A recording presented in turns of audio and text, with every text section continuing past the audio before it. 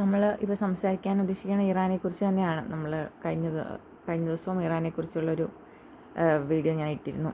ഇന്നും എനിക്ക് ഇറാനെക്കുറിച്ച് തന്നെ പറയാനാണ്. നമ്മൾ ഇന്ത്യയും ഇറാനും തമ്മിലുള്ള റിലേഷൻഷിപ്പ് വളരെ മനോഹരമായി മുന്നോട്ട് കൊണ്ടുപോയിക്കൊണ്ടിരിക്കുമ്പോഴാണ് ഈ ഒരു യുദ്ധം വരുന്നത്.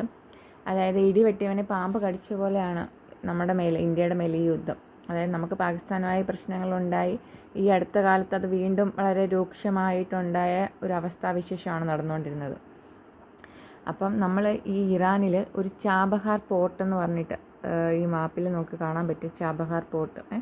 ചാബഹാർ പോർട്ട് എന്നുള്ളൊരു പോർട്ട് നമ്മൾ ഡെവലപ്പ് ചെയ്യുന്നുണ്ടായിരുന്നു. ഇന്ത്യ ഇറാനിൽ ഡെവലപ്പ് ചെയ്യുന്നുണ്ടായിരുന്നു.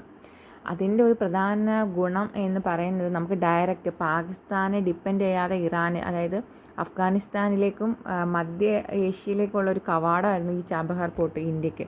അത് നമ്മുടെ ഇതിലെ സംബന്ധിച്ച് നമ്മുടെ ചരക്ക് അല്ലെങ്കിൽ കപ്പൽ തുറമുഖ വ്യാപാര രംഗത്ത് ഏറ്റവും മികച്ചൊരു നേട്ടം നമുക്ക് കൊയ്യാൻ വേണ്ടിയിട്ടുള്ളൊരു അവസരമായിരുന്നു ഈ തുറമുഖം പൂർത്തിയാവുന്നതിലൂടെ നമുക്ക് ലഭ്യമായിക്കൊണ്ടിരിക്കുന്നത്. അതായത് നമുക്ക് പാകിസ്ഥാനൊക്കെ ഉള്ള ആക്സസ് കുറഞ്ഞിട്ട് അഫ്ഗാനിസ്ഥാനിലൂടെ നമുക്ക് ചരക്കുകൾ, അഫ്ഗാനിസ്ഥാനെ നമുക്ക് ഡിപ്പെൻഡ് ചെയ്യാൻ പറ്റും.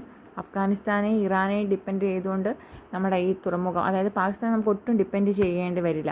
അതുപോലെ പാകിസ്ഥാനും ചൈനയും തമ്മിലുള്ള കോറിഡോറൊക്കെ നമ്മൾ വായിച്ചിട്ടുണ്ടല്ലോ. അപ്പം അവരുടെ ആ ട്രേഡിനെയും നമുക്ക് എക്സൽ ചെയ്യാൻ വേണ്ടി പറ്റുമായിരുന്നു ഈ ഒരു തുറമുഖം, ആ നടപടികൾ. പക്ഷേ ഇറാനിൽ ഇപ്പോൾ സംഭവിച്ചുകൊണ്ടിരിക്കുന്നത് നമുക്കത് വളരെ വിഷമമായി. ഇന്ത്യയെ സംബന്ധിച്ചും അത് വളരെ തീർത്തും നിരാശാജനകമായ ഒരു കാര്യമാണ് ഇങ്ങനെയുള്ളൊരു യുദ്ധം ഇറാനിൽ സംഭവിക്കുന്നത്. കാരണം ഇറാൻ എന്ന് പറയുന്നത് ഒരു വളരെ പ്രധാനപ്പെട്ട ഒരു നഗരമാണ്. നമ്മുടെ പേർഷ്യ എന്ന് പറയുന്ന ആ പണ്ടത്തെ രാഷ്ട്രമാണ്. അപ്പം ഇറാന് വളരെ അധികം സ്വാധീനം നമ്മുടെ ഇന്ത്യയിലും ഉണ്ട്, ഇന്ത്യക്കാണേലും ഇറാനിലും ഉണ്ടായിരുന്നു.